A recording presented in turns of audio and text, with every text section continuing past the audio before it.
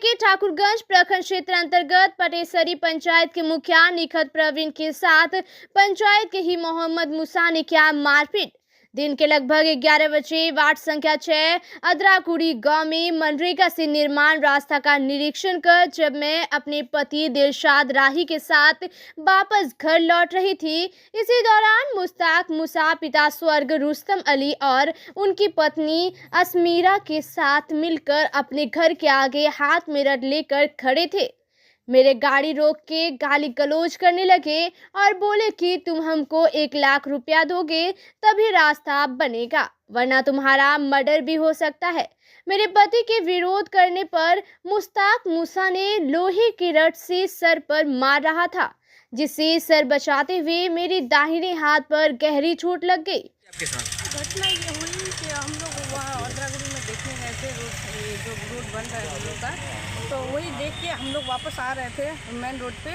मूसा आके रोका, मूसा नाम का आदमी आके रोक के हम दोनों पे हमला किया रॉड से, और मेरे हाथ में भी हम बचा रहे थे अपने आप को, तो मेरे हाथ में चोट लग गया, चेन भी मेरा छीन लिया, और प्लस उसका दोनों बीवी ने मेरे ऊपर मारा, हमको पकड़ के मेरा दुपट्टा सब फाड़ दिया। मतलब सड़क का निरीक्षण में गए थे आप? जी।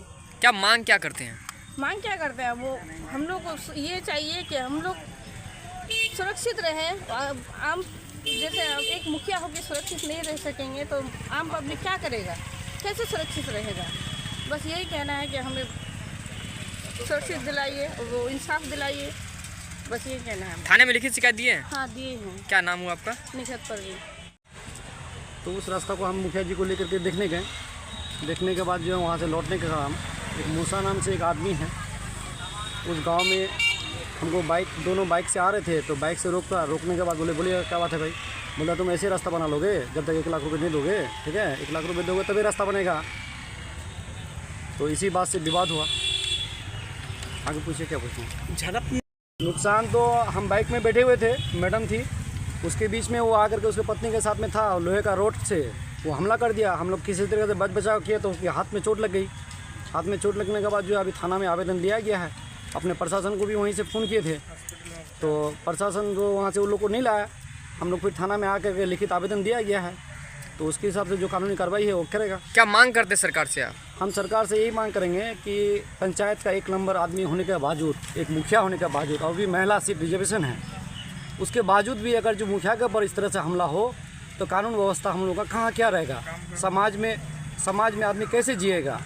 तो हम लोग जो पंचायत में काम करते हैं पब्लिक का हित में करते हैं कि रास्ता बनेगा, गली बनेगा, तो मुखिया वहाँ का स्थानीय लोगों को, निवासी को फ़ायदा होगा। हम लोग तो सरकार के पैसा को धरातल में उतारने की कोशिश करते हैं और उसको सही तरीक़े से रास्ता बनाने की कोशिश करते हैं, जो रास्ता बने तो लोग का यूज़ हो।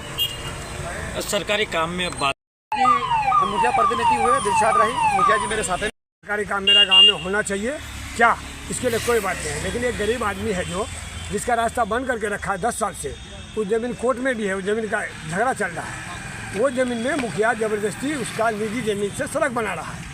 एक भाई लिख करके अगर दिया है तो दूसरा भाई लिख के नहीं दिया है, तो भाई एक भाई का लेकर के आप कुछ कीजिए, लेकिन दूसरा भाई का रास्ता नहीं मिलेगा तो क्यों देगा।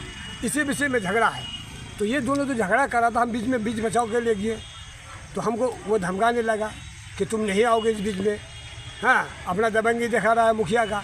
तो भाई हम लोग तो साधारण आदमी है, हाँ इसी में हमारा मुखिया आकर के हमारा कलर, मुखिया जो है ना, उसका मुखिया जो है जो उसका बीवी दिलशाद का बीवी, वो आकर के हमारा कलर पकड़ लिया तो मेरा बीवी कलर छोड़ाने में उसी में थोड़ा फिटू मैं था। लगाया जा रहा है कि आप जो है सरकारी काम में बाधा डालें और रंगदारी मांग रहे हैं। नहीं, वो झूठ है। हमको आज तक हम किसी से ना रंगदारी मांगे ना हमको उसका पैसा का जरूरी है।